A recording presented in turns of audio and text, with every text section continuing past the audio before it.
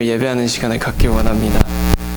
예배 시작하기 전에 시편 103편 1절부터 5절 말씀을 읽어드리고 시작하고 싶은데요. 이렇게 말합니다. 내 영혼아 여호와를 송축하라. 내 속에 있는 것들아 다 그의 거룩한 이름을 송축하라. 내 영혼아 여호와를 송축하며 그의 모든 은택을 잊지 말지어다. 그가 내 모든 죄악을 사하시며 내 모든 병을 고치시며 내 생명을 파멸해서 속량하시고 인자와 긍휼로 관을 씌우시며 좋은 것으로 내 소원을 만족하게 하사 내 청춘을 독수리같이 새롭게 하시는도다. 그래서 특별히 이제 오늘이 정말 이 2020년도의 마지막 예배인데 2절 말씀처럼 여호와를 찬양하면서 그의 모든 은택을 잊지 말지어다라고 말씀하고 있는데, 정말 하나님께서 우리가 이번 연도 동안 우리에게 행하신 좋은 일들을 기억하면서 이 시간 하나님 찬양하면서 나아가셨으면 좋겠습니다. 네, 우리 다 같이 묵도하시면서 예배를 준비하도록 하겠습니다.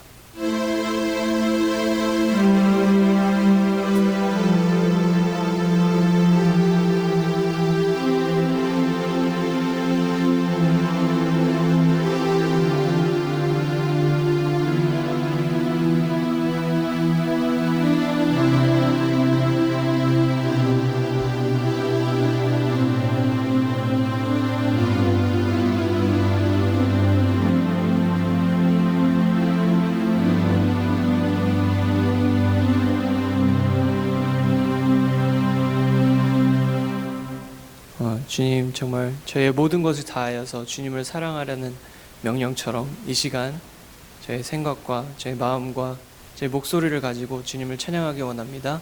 주님 받아주시옵소서. 주님의 이름으로 기도드렸습니다. 아멘. 주 음성 외에는 찬양하시면서 나아가겠습니다.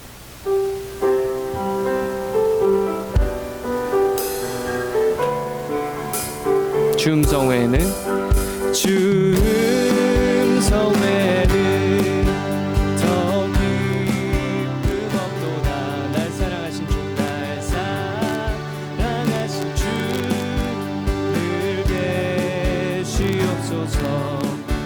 기쁘고 기쁘도다. 항상 기쁘도다. 나 주께 왔사오니 복 주옵소서. 나 주께 왔으니 복 주시옵소서. 주 함께 계시면 큰 시험이 이기네. 기쁘고 기쁘도다. 항상 기쁘도다. 항상 기쁘도다. 나 주께 왔사오니 복 주옵소서. 주 떠나가시며 내 생명이 헛됩니다. 내 생명 헛되네. 즐겁고 슬플 때 어느 때나 계시옵소서. 늘 계시옵소서. 기쁘고 기쁘도다. 항상 기쁘도다. 나 주께 왔사오니 복 주옵소서. 그 귀한 언약을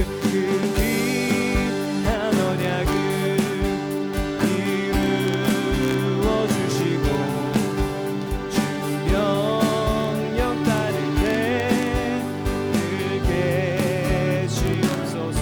기쁘고 기쁘도다. 항상 기쁘도다.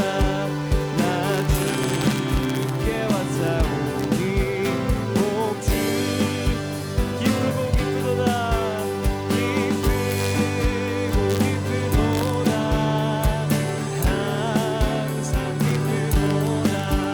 나 주께 왔사오니 복 주옵소서. 아멘. 네, 날마다 숨쉬는 순간마다 찬양하시겠습니다.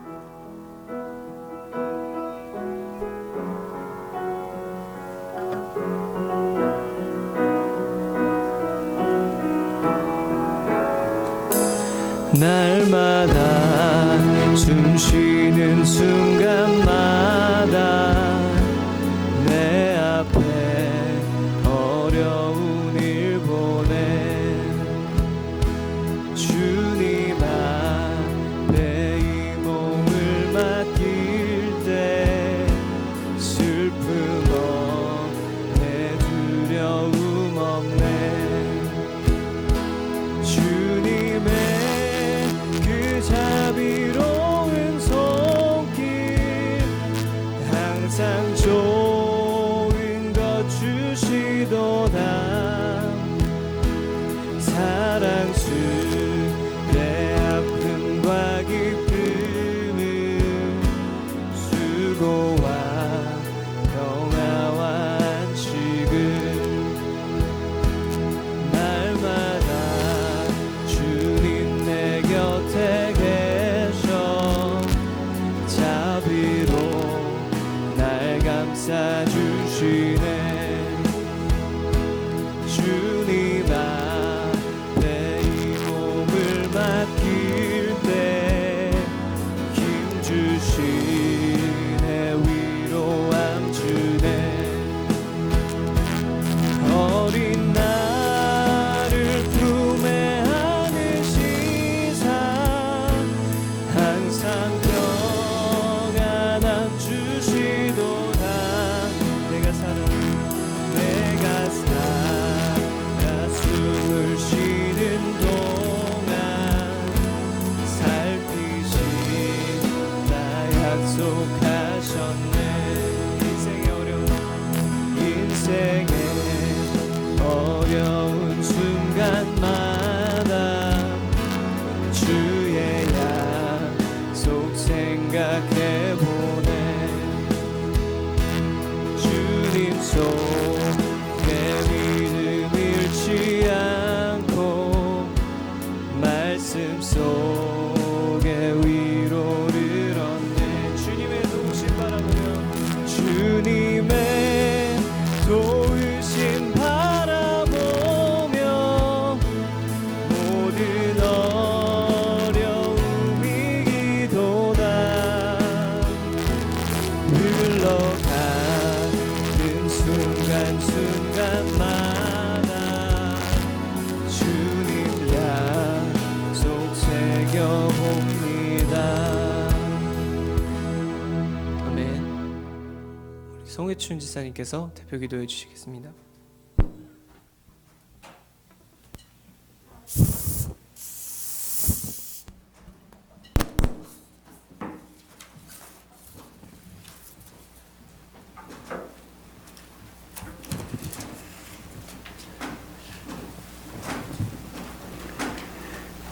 감사하신 하나님 아버지, 주님의 거룩하신 이름을 찬양드립니다. 오늘 주님의 백성들에게 2020년 해가 지나가는 축복된 주일을 허락하셔서 살아계신 주 하나님 아버지를 영과 진리로 예배하게 하시니 감사와 영광을 주님께 드립니다. 주님, 이 시간 주님께 예배할 때에 온 마음 온 정성 다하여 주님께 영광을 돌리는 은혜의 시간이 되게 하여 주시옵소서. 특별히 2020년 마지막 주일을 맞이하여 지나온 세월들을 바라보니 무엇보다도 감사함과 찬미를 드립니다. 연말 연시에 모든 세계가 환란의 수령일 때이지만 우리를 구원하셔서 하나님의 자녀로 삼으시기 위하여 독생자 예수 그리스도를 이 땅에 보내신 한량없는 주님의 사랑을 매일같이 생각해 봅니다. 이 땅에 참빛으로 오신 예수 그리스도를 우리에게 선물로 허락하셔서 예수 그리스도를 영접함으로 하나님 백성으로 살게 하시니 주님 감사드립니다.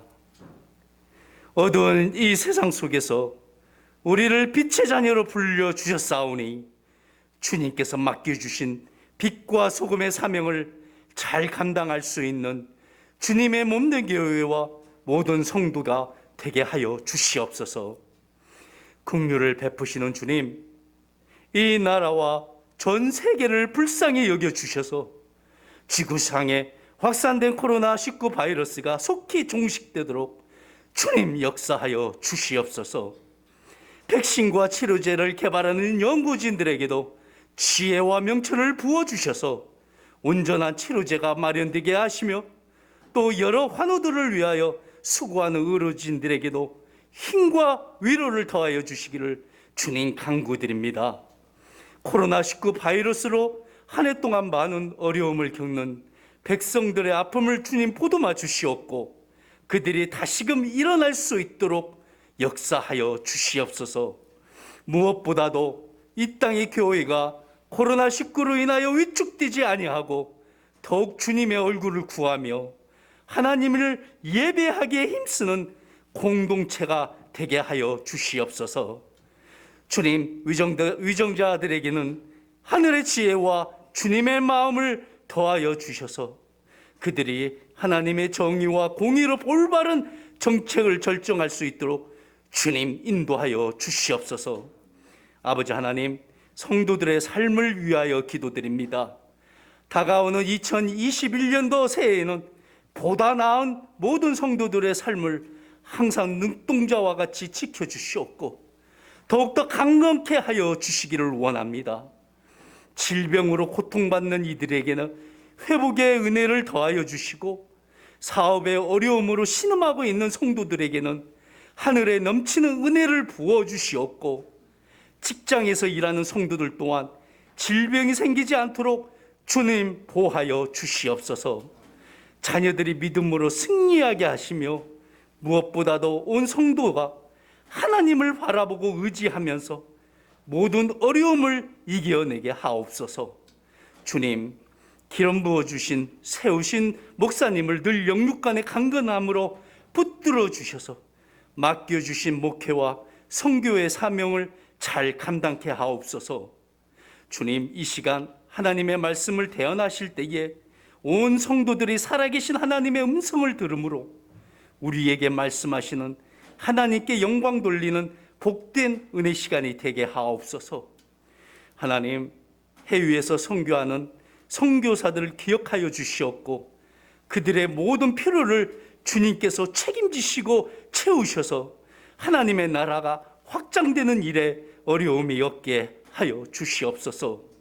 주님, 보이지 않는 곳에서 묵묵히 예배를 돕는 모든 손길을 기억하시고 또한 복 내려 주시옵소서.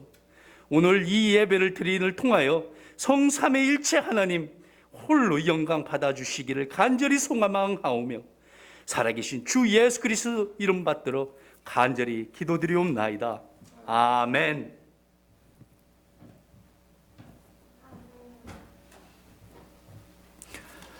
할렐루야.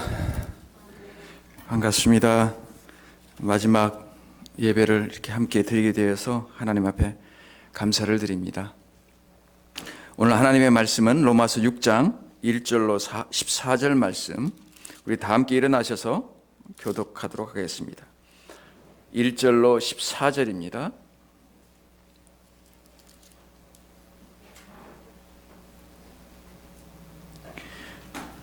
로마서 6장 제가 먼저 읽겠습니다. 그런즉 우리가 무슨 말 하리요? 은혜를 더하게 하려고 죄에 거하겠느뇨? 죽은 우리가 어찌 그 가운데서 더 살리요? 무릇 그리스도 예수와 합하여 침례를 받은 우리는 그의 죽으심과 합하여 침례 받은 줄 알지 못하느뇨? 그러므로 우리가 그의 죽으심과 합하여 침례를 받음으로 그와 함께 장사되었나니 이는 아버지의 영광으로 말미암아 그리스도를 죽은 자 가운데서 살리심과 같이 우리로 또한 새 생명 가운데서 행하게 하려 함이니라. 만일 우리가 그의 죽으심을 본받아 연합한 자가 되었으면 또한 그의 부활을 본받아 연합한 자가 되리라. 우리가 알거니와 우리 옛사람이 예수와 함께 십자가에 못 박힌 것은 죄의 몸이 멸하여 다시는 우리가 죄에게 종노릇하지 아니하려 함이니 이는 죽은 자가 죄에서 벗어나 의롭다 하심을 얻었음이니라. 만일 우리가 그리스도와 함께 죽었으면 또한 그와 함께 살 줄을 믿노니 이는 그리스도께서 죽은 자 가운데서 사셨음에 다시 죽지 아니하시고 사망이 다시 그를 주장하지 못할 줄을 알미로라.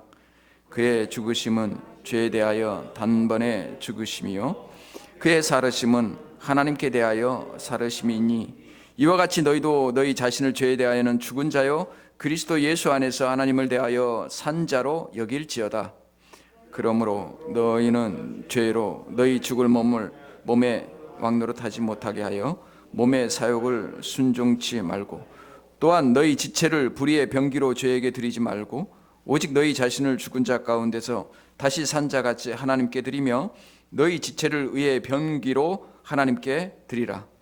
죄가 너희를 주관치 못하리니 이는 너희가 법 아래에 있지 아니하고 은혜 아래 있음이니라. 아멘.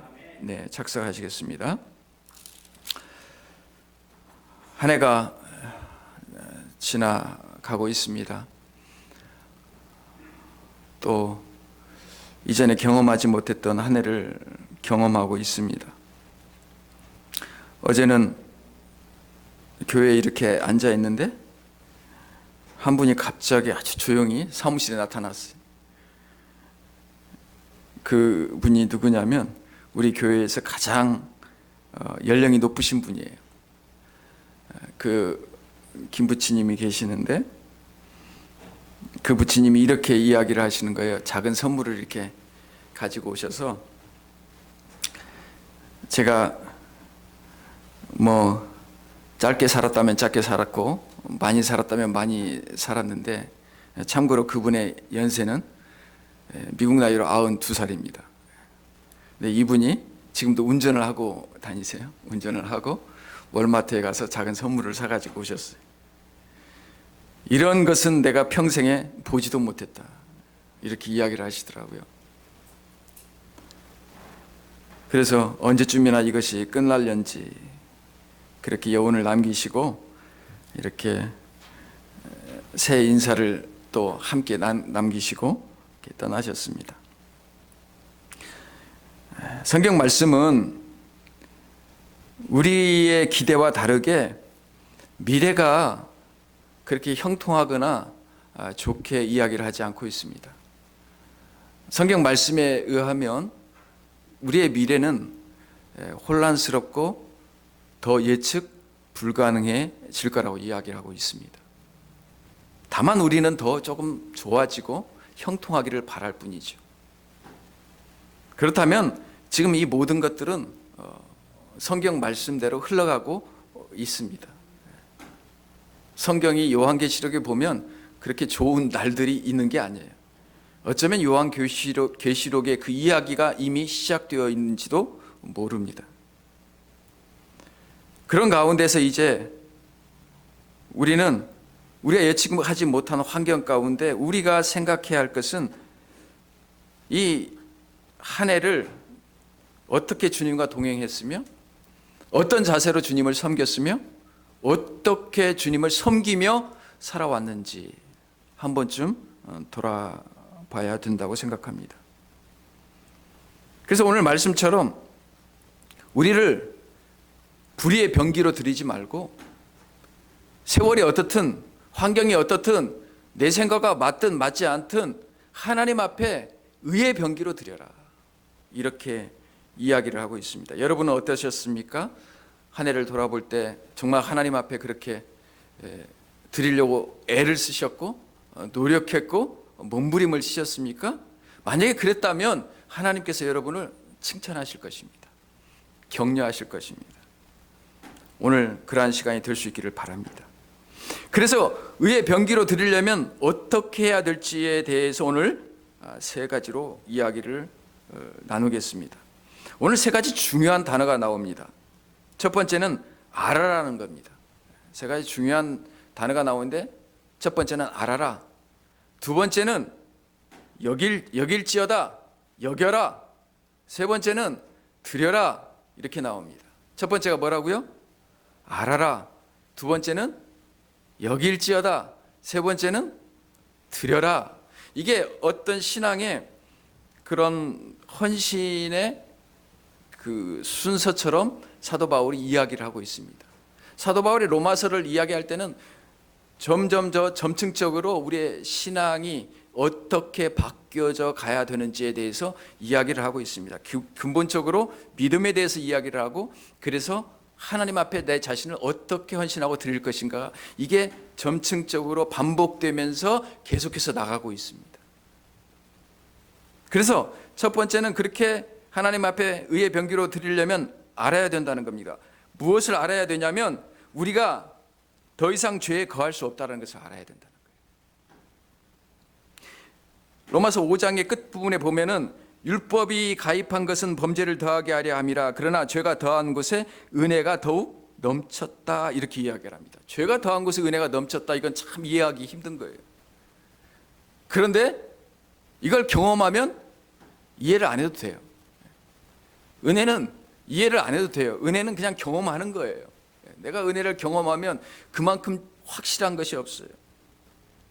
더 많은 용서를 받았다는 말이잖아요. 하나님 앞에 더 많은 용서를 받았고 더 많은 하나님의 긍휼함을 입었다라고 볼 수 있습니다. 그러므로 우리가 그렇게 은혜를 입었기 때문에 죄에 더 이상 머무를 수 없다라는 거예요. 죄에 거할 수 없다라는 거예요. 그런데 이것을 악용하는 사람이 있어요. 그러면 은혜를 더 받기 위해서 죄를 조금 더 지어도 되겠네? 죄에 더 머물러도 되겠네? 평생 죄를 짓다가 마지막 목숨이 끝나는 순간에 은혜 붙잡으면 되겠네? 이것을 그렇게 악용하는 사람이 있다. 오용하는 사람들이 있고. 그런데 그것은 말은 될지 몰라도 은혜를 경험한 사람은 그것은 그럴 수 없느니라 이렇게 이야기해요. 그건 불가능하다는 거예요. 단박에 거부하고 있어요. 그래서 말은 가능할지 몰라도 정말 은혜와 사랑을 용서를 받은 사람이면 그렇게 살 수가 없다라는 거예요. 이게 사도 바울의 이야기입니다. 그래서 침례 이야기를 하는 거예요. 3절부터 우리가 그리스도와 함께 연합해서 죽고, 침례라는 게 그겁니다. 물속에 들어갈 때 그리스도와 함께 연합해서 죽고 그리스도와 함께 부활하는 것. 그래서 우리가 그 예수님과 동일시하는 거예요. 예수님과 동일시하는 거예요. 그러니까 우리가 예수님과 연합될 때 이런 감정이 우리 안에서 일어나는 거죠. 예수님을 보면서 그 자리에 내가 서 있어야 되는데, 내가 심판받아야 되는데, 내 죄 때문에 내가 형벌받아야 마땅한데 누가 지금 죽는 거예요? 예수님이 죽으신 거예요. 그러니까 그 안타까움이 있는 거예요.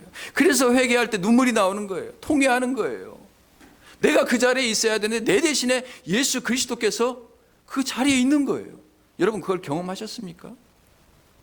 그게 연합이에요. 그게 경험이에요. 그게 내면적 지식으로 내가 알아가는 거예요. 그리고 예수 그리스도와 함께 부활하는 거예요. 십자가에서 부활하는 거예요. 슬프지만 나를 위해서 죽으신 주님께서 장사 지낸 바 되었다가 3일 만에 부활하는 것을 보면서 동일시하는 거예요. 나도 비록 내가 죄인이지만 나를 위해서 죽으신 그 예수님 때문에 예수님이 부활하신 것처럼 나도 언젠가 부활할 것이다. 아멘. 그리고 내 마음속에서 그 생명이 솟아나는 거예요. 부활의 생명이, 성령으로 말미암아 부활의 생명이 솟아날 때 내가 그 십자가를 경험하는 거예요. 이것이 연합되어지는 내적 신비한 경험이에요. 사도 바울이 예수님을 사도 바울이 하나님을 알았어요. 율법을 통해서 알았어요. 율법을 지킴으로 말미암아 내가 열심히 율법을 지키면 하나님께서 나를 받아주시겠지 이렇게 생각을 했어요. 그렇게 하나님을 알았어요. 그러니까 예수님처럼 오셔서 죄인들을 찾아가서 죄인들과 함께하고 불쌍히 여기고 긍휼히 여기고 치료해주고 고쳐주고 그들과 함께하는 걸 이해를 못한 거예요. 이들이 기다리던 메시아는 카리스마가 있고 능력이 있는 그런 메시아를 기다렸지 그렇게 십자가에서 죽을 나약한 메시아를 기다린 게 아니잖아요. 사도 바울은 예수님을 쫓는 그 사람들은 다 이단이라고 생각을 했어요. 뭔가 문제가 있다고 생각을 했어요. 그래서 예수 믿는 사람들을 붙잡고 잡아서 죽이기도 하고 그게 사도 바울이 그랬던 거예요. 그러다가 다메섹 도상에서 어떻게 합니까? 예수님을 만나게 됩니다. 그래서 그가 알았던 하나님의 뜻이 완전히 바뀌게 됩니다. 그때부터 사도 바울이 무슨 단어를 많이 쓰느냐? 서신서에 보면 알지 못하느냐 이걸 많이 씁니다. 내가 예전에 알았던 그 하나님과 내가 이제 예수님을 믿고 나서 알았던 하나님, 그 예수 그리스도가 다르다는 거예요. 지식으로 알았던 그 예수 그리스도가 아니라 내가 경험해서 내 안에서, 죄인된 내 안에서 나를 위해서 십자가에서 죽으신 그 예수님을 알고 나니까 전혀 다른 지식이에요. 경험된 내적인 신비한 지식이에요. 그런데 그걸 나만 가지고 있는 게 아니라 예수님이 믿는 사람이면 다 가지고 있다는 것을 알았어요. 그래서 오늘 단어가 어떻게 쓰냐면 우리가 알지 않느냐. 우리가 다 그거 경험하지 않았느냐. 각기 하나님을 만나는 방법은 다 틀리지만 공통적으로 그런 신비한 경험들을 다 하지 않았느냐. 그렇게 호소를 하는 거예요. 그런데 우리가 더 죄에 거할 수가 있느냐? 그것은 불가능한 일이다.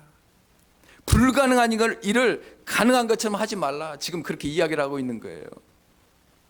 사도 바울은 그 경험, 그가 알았던 그 경험, 예수님 그리스도와 함께 연합된 경험, 그것을 알아라는 거예요.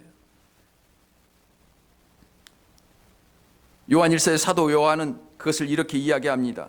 사도 요한일서 2장 27절 제가 한번 읽어보겠습니다. 너희는 주께 받은 바 기름 부음이 너희 안에 거하나니 아무도 너희를 가르칠 필요가 없고 오직 그의 기름 부음이 모든 것을 너희에게 가르치며 또 참되고 거짓이 없으니 너희를 가르치신 그대로 주 안에 거하라. 이렇게 이야기를 하고 있습니다. 지금 예수 그리스도에 대해서 이야기를 하고 있어요. 우리가 뭐 다 배워야 되죠. 그런데 예수 그리스도를 만나는 경험은 교육과 지식으로 되지 않는다는 거예요. 아무리 많이 배워도 그것이 안 됐다는 거예요. 아무리 못 배워도 그것을 알 수 있다는 거예요. 자식오래 밭을 매는 일자 무식의 할머니도 할아버지도 예수 그리스도를 알게 되면 그 신비한 내적 경험, 지식을 알게 된다는 거예요. 아멘? 그래서 교제가 된다는 거예요. 그래서 사도 요한은 그것을 사귐 이렇게 이야기를 해요. 우리 안에 그런 사귐이 있는데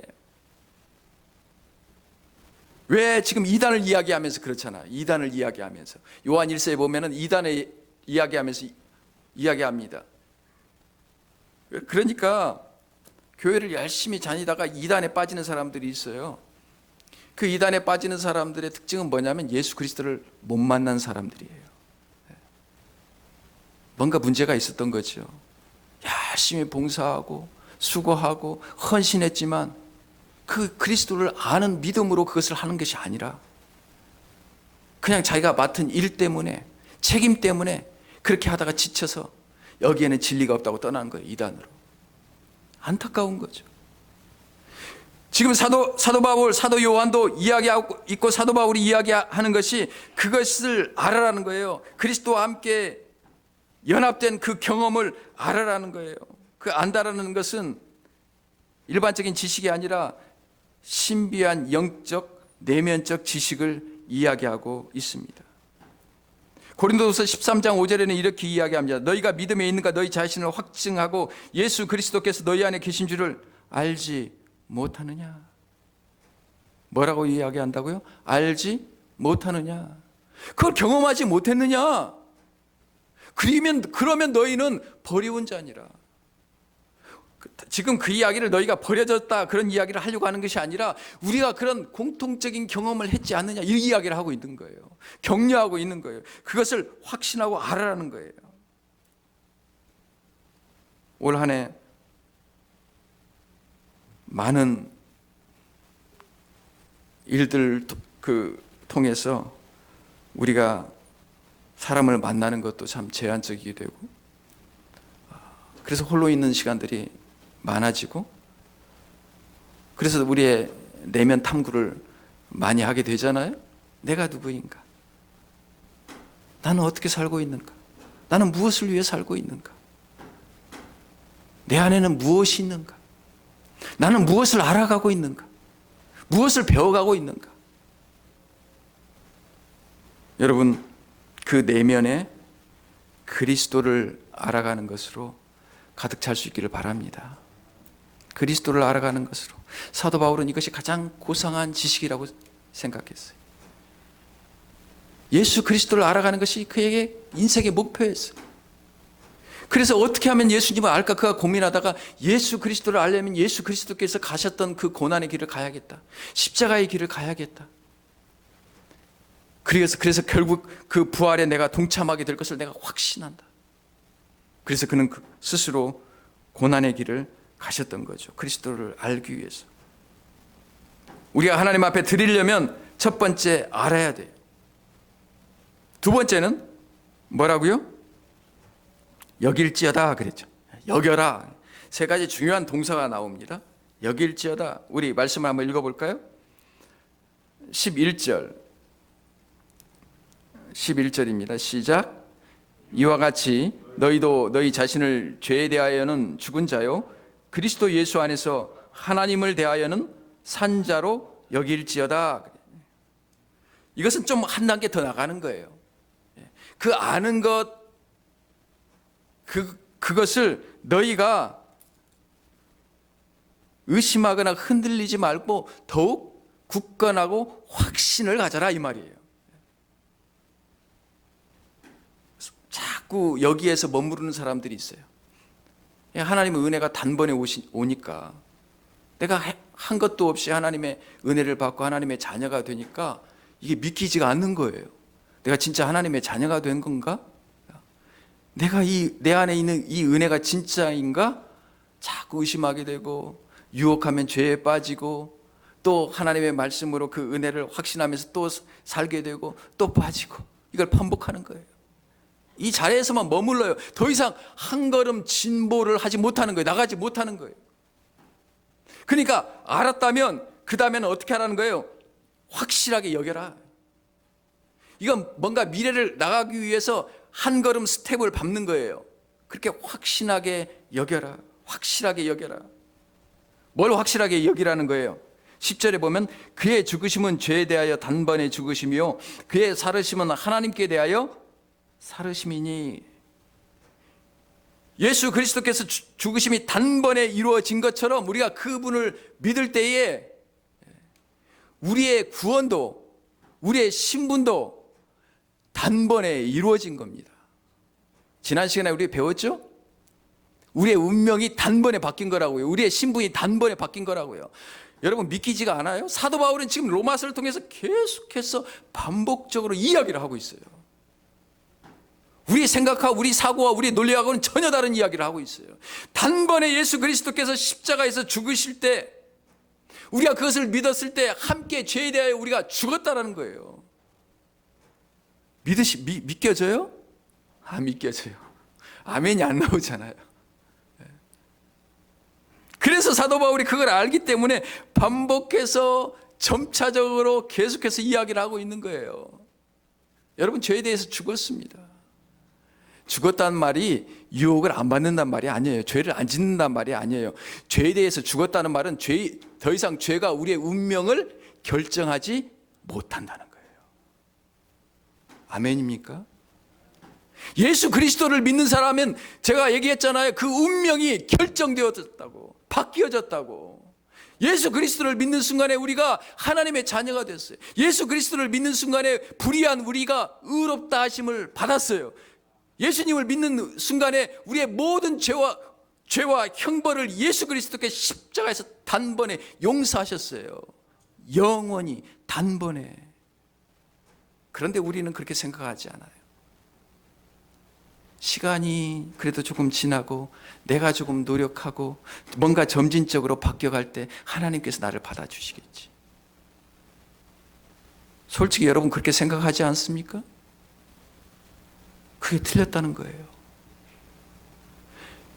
그런 의미에서 죄가 이제 더 이상 왕노릇하지 못하고 생명이 우리 안에서 왕노릇한다는 말이에요. 아멘?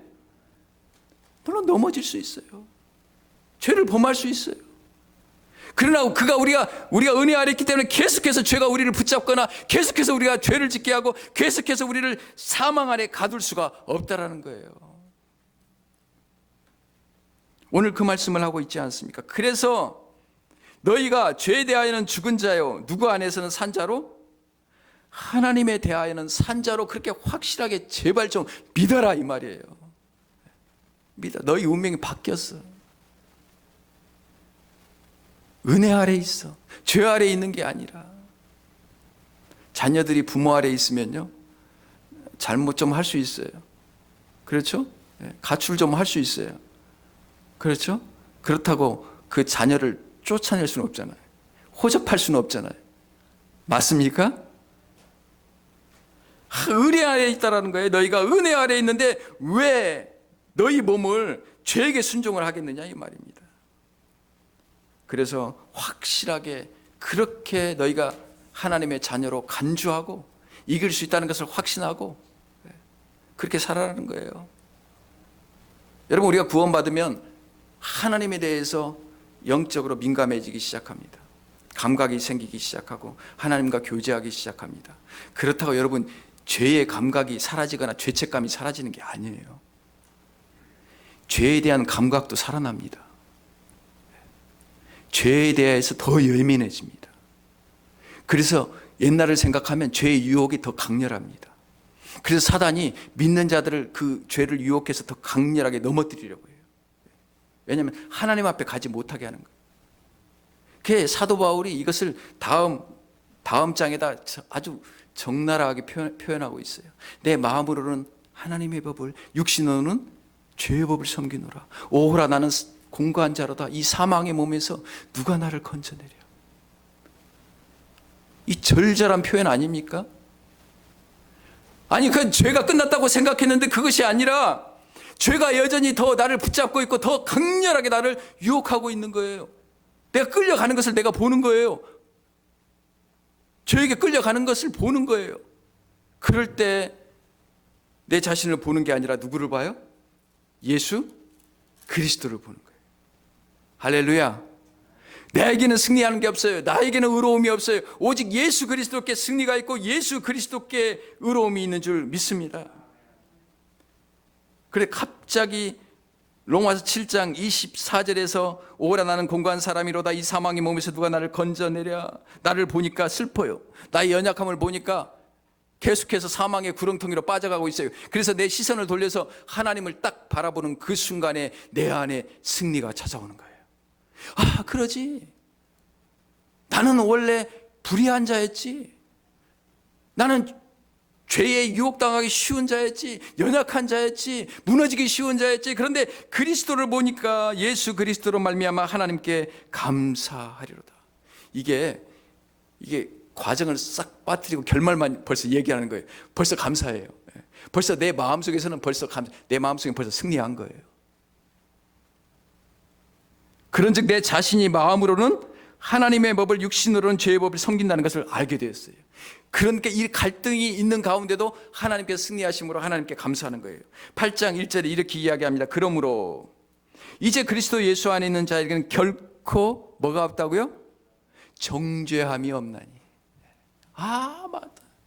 내가 그리스도 안에 있지, 은혜 아래 있지, 하나님 아래 있지. 그 죄가 나를 어쩌지 못하고 좌지우지 못하고 나를 사망으로 끌고 가지 못한다는 것을 그가 알았던 거예요. 2절에 이는 그리스도 예수 안에 있는 생명의 성령의 법이 죄와 사망의 법에서 너를 해방하였습니다. 할렐루야. 아, 내 안에 여러분, 예전에 선택의 길이 없었어요. 마치 식물인간처럼 의식은 있지만 몸과 이 육체가 움직이지 않는 것처럼 그렇게 살았다 이 말이에요. 그게 뭐냐면 내가 죄의 유혹을 당하고 있고 죄에 끌려가고 있어요. 그럼 눈을 뻔히 뜨면서 내가 끌려가고 있구나, 당하고 있구나 하면서 끌려가는 거예요. 그런데 예수를 믿는 순간에 또 다른 선택이 생겼어요. 그게 누구예요? 하나님이에요. 예수를 믿지 않고 하나님을 알지 못하는 사람은 여전히 그렇게 끌려갈 수밖에 없어요. 알면서도 끌려가요. 사망의 길로 가요. 그런데 이제 예수를 믿는 사람은 하나님을 바라볼 수 있고 예수 그리스도를 의지할 수 있어요. 그래서 내 안에 최고의 법이 자리하게 되어 있어요. 죄와 예전엔 사망의 법에 지배를 받았는데 이제는 내 마음 안에 그것을 능가하는 법이 하나 생겼어요. 뭐예요? 무슨 법이에요? 생명의 성령의 법이 생겼어요. 생명의 성령의 법은 모든 법을 누를 수가 있어요. 아멘. 생명의 성령의 법은 이 같은 법을 금지할 것이 없느니라 갈라디아에서 이야기하고 있어요. 금지할 것이 없다는 것은 이길 수 없다는 거예요. 생명의 성령의 법이 우리 안에 있으면 우리가 이긴다는 거예요. 아멘입니까? 우리가 싸우면 이긴다는 거예요. 이미 이김을 줬어요. 예. 이김을 주셨어요. 그런데 실제로 우리가 이제 싸우면 어떻게 하는 거예요? 예전에 백전백패했는데 한 번씩 가끔씩 이기기 시작하는 거예요. 그리고 조금씩 더 우리를 부르신 하나님의 그 부르심에 합당하게 우리가 살아가게 되는 거예요. 한 번씩 한 번씩 이기면서 말이죠. 그 승리의 쾌재를 부르는 거예요. 여러분, 그렇게 우리가 이미 그리스도 안에서 승리했던 그 길을 확인하면서 가는 것, 그것이 여기는 거예요. 아멘? 우리가 이미 승리했어요. 근데 승리를 확인을 해야 돼요. 우리가 승리한 것을 이미 알았어요. 근데 그 승리를 조금씩 확인해 가는 것, 그것이 여기는 거예요. 그렇게 승리를 확신하고 그렇게 여기게 되고, 그 다음 우리가 해야 될 것이 뭐냐면, 뭐라고요? 하나님께 우리를 드려라. 13절. 우리 13절 말씀 같이 한번 읽어보겠습니다. 시작. 또한 너희 지체를 불의의 병기로 저에게 드리지 말고 오직 너희 자신을 죽은 자 가운데서 다시 산 자같이 하나님께 드리며 너희 지체를 의의 병기로 하나님께 드리라. 예전에, 지금 의의 병기가 잘 이해가 안 되시면 뭘 이해하시면 되냐면 불의의 병기를 이해하시면 돼요. 내가 예전에는 불의의 병기였어요. 누구한테 붙잡혀서, 사단에게 붙잡혀서 내 온갖 모든 은사를 사단이 다 사용해서 수많은 사람들을 작살냈어요. 수많은 사람들에게 상처 주고, 수많은 사람들을 무너뜨리고, 수많은 사람들을 죽이고, 수많은 사람들을 낙심하게 하고, 수많은 사람들을 하나님을 모르게 하고, 그 사도 바울이 그것을 자기가 괴수라고 해서 괴수. 그것을 사단이 사용하니까 불의의 병기가 됩니다. 다 한때 그렇게 날렸던 분들이 지금 다 여기 계시는 거예요. 지금 이 설교를 듣고 계신 분들 다 한때 그렇게 화려한 삶을 보냈어요. 누구에게 붙잡혀서? 사단에게 붙잡혀서. 이제 그게 사단에게 붙잡히지 말고 여러분을 누구에게 붙잡히도록 하라고요? 하나님께 붙잡혀서 의의 병기로, 의의 무기로 하나님께 드리라는 거예요. 의의 도구로. 아멘입니까? 그러면 얼마나 하나님께서 화려하게 쓰실까요? 나는 뭐 가진 것이 없어서, 나는 뭐가 부족해서. 괜찮아요.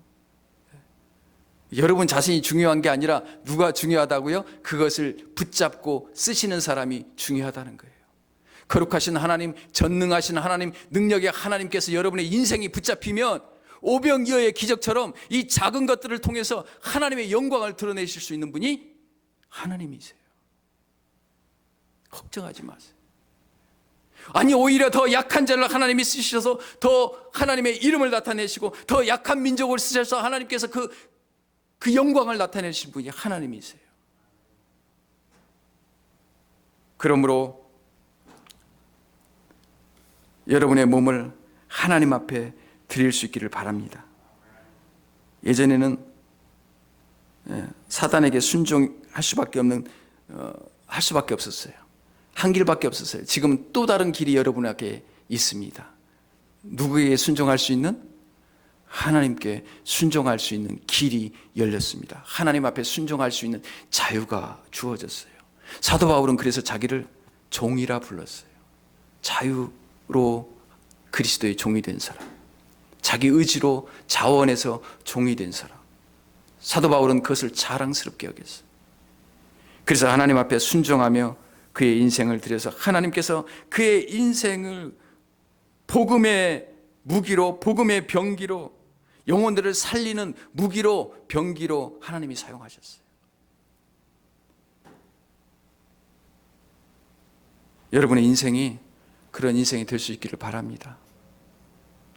성경에 보니까 하나님은 그 긴 우리의 인생의 목적과 의미가 무엇인가를 굉장히 중요하게 생각하는 것 같아요. 이렇게 단순하게 뭘 잘하고 못하고 넘어지고 쓰러지고 죄를 짓고 죄를 안 짓고 이런 문제보다도 이 사람의 인생의 목적과 방향이 무엇인가를 하나님은 귀하게 보시는 것 같아요. 그래서 히브리서 11장에 보면은 믿음의 사람들이 나오잖아요. 아브라함, 모세, 다윗, 그들이 순간순간으로 보면 죄를 짓고 넘어질 때가 많은 사람들이었어요. 그런데 성경은 그들의 인생을 결론 지을 때 그렇게 넘어졌다, 죄를 지었다 이야기하지 않고 믿음으로 살았다고 논평하고 있어요. 믿음으로 살았다고. 믿음으로 누구누구는 올 한 해를 이렇게 살았습니다. 믿음으로 누구누구는 올 한 해 코로나 바이러스가 판을 치는 이 어려운 형편에 믿음으로 살았습니다. 여러분 중에 그런 분들이 있을 거라고 저는 믿습니다. 정말 믿음으로 고군분투하며 살아오신 분들, 하나님께서 여러분에게 큰 위로와 격려를 주시기를 바랍니다. 뿐만 아니라 정말 우리가 헛된 데 우리를 들여서 헛수고했던 우리의 인생들, 낭비했던 우리의 인생들 하나님께서 책망해 주시기를 바랍니다. 정말 책망해 주시고 격려해 주시고, 그래서 내년을 준비하는 도약하는 그런 한 해로 여길 수 있기를 바랍니다. 기도하겠습니다. 거룩하신 아버지 하나님, 한 해를 돌아볼 때 참 우리가 상상하지 못했던, 기대하지 못했던 일들이 우리 가운데 펼쳐졌습니다. 당황스럽기도 하고 혼란스럽기도 했지만, 그러나 하나님 아버지, 우리 안에 믿음을 주셔서 여전히 주님을 예배하고 주님을 찬양하고 주님을 기쁘시게 하는 것이 무엇인지 고민하고 달려가게 해주시니 고맙습니다. 하나님 아버지께서 또 그렇게 믿음으로 살아온 당신의 자녀들을 위로하시고 격려하시고 축복해 주시옵소서. 그래서 내년 새해를 시작할 때 하나님 또 다른 진보가 있는,